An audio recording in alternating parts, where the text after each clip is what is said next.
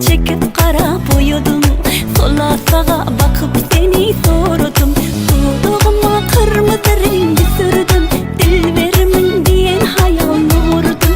En avadan gülün hatırını vurdum, birce sana men özümü kurdum. Gel yarım devran dedin, us omruları bize olsun.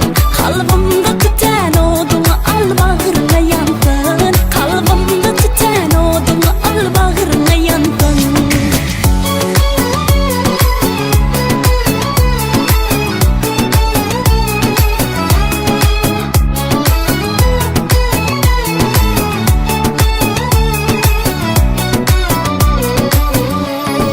Men ol avudan gülüşüne kurban, ol boyuna hem duruşuna hayran. Bakışların avuç menne ceyran, sen erkeğim altın kalıplı arslan.